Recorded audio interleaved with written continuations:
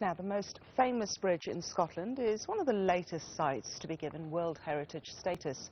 The United Nations cultural body, UNESCO, has honoured the fourth bridge, which has carried millions of rail passengers for the past 125 years. Erica Wood has been taking a look at other landmarks, which are also being honoured. The Tusi sites in southwest China, green mountains dotted with old fortresses and palaces. More than 500 years old, they've been recognised as culturally and historically significant by the UN's heritage body. The Baekje region of South Korea has also been given UNESCO status, old city walls and administrative buildings from one of its earliest kingdoms. Baekje established ties with China, Japan and even with the countries in East Asia across the sea. Baekje Kingdom enjoyed the most glamorous and superior culture, and now it can be shared with the world and be recognized internationally. Singapore's botanical gardens were also given UNESCO status. It's just such a special place that I think everyone on earth should come and visit.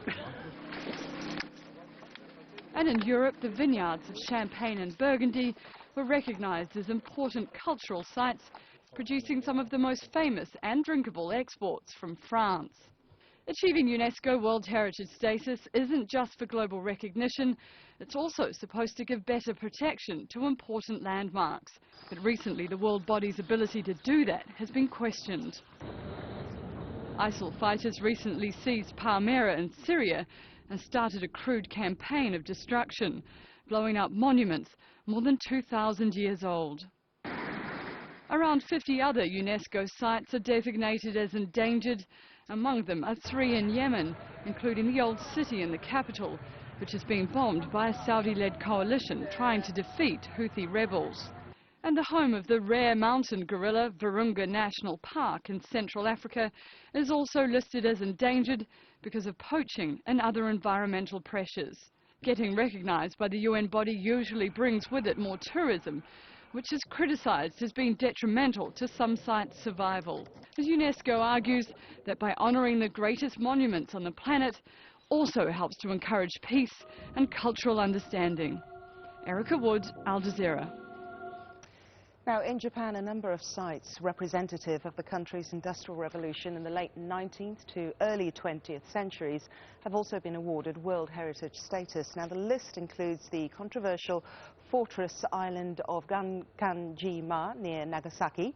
This comes after Japan and South Korea resolved a dispute over whether to acknowledge the site's wartime history of forced labour. Japan is prepared to take measures that allow an understanding that there were a large number of Koreans and others who were brought against their will and forced to work under harsh conditions in the 1940s at some of the sites, and that during World War II, the government of Japan also implemented its policy of requisition. So why are these sites controversial? Well, the wartime Japanese government forcibly brought tens of thousands of Koreans and Chinese, including women and children, to work in its mines and factories to boost production. The use of slave labour in these sites still remains a sticking point with Beijing. Gankanjima, now known as Hashima, was vacated in 1974. The island near Nagasaki was actually key to Japan's development in the 19th and the early 20th centuries. Well, William Underwood is an academic and researcher on Japanese history, and he joins me live from Sacramento in the US state of California. Thank you for joining us this morning. Do you think this decision by UNESCO was the correct one? I think potentially it will prove to be the correct decision if implementation phase, matches with the early optimism about the labor being described as forced. And ultimately, I suppose they could turn this into something of a positive PR coup as well, couldn't they? Well, the basic problem here is both the content of the proposal as well as the context in which the proposal has unfolded. In terms of content, quite a sweeping 60-year nomination about Japanese nation building, which is a remarkable story, really deserves to be told. The problem in the region is that nation building rather quickly turned into empire building. And Japan's neighbors are apprehensive about what the moral of the story, could spin to. Japan are well known, actually, for not acknowledging a lot of things that happened back in the world, in the World War II era. And when you look at the comments that have been made surrounding this decision by UNESCO, it comes across as very vague. Things like a large number of Koreans against their will. It doesn't really go far enough, does it? There are a lot of women, for example, that are asking for an unreserved apology. Well, yes, as far as the wartime forced labor within Japan, there were about 600,000 Koreans, 40,000 Chinese, and 35,000 Allied POWs. And that kind of gets into the context.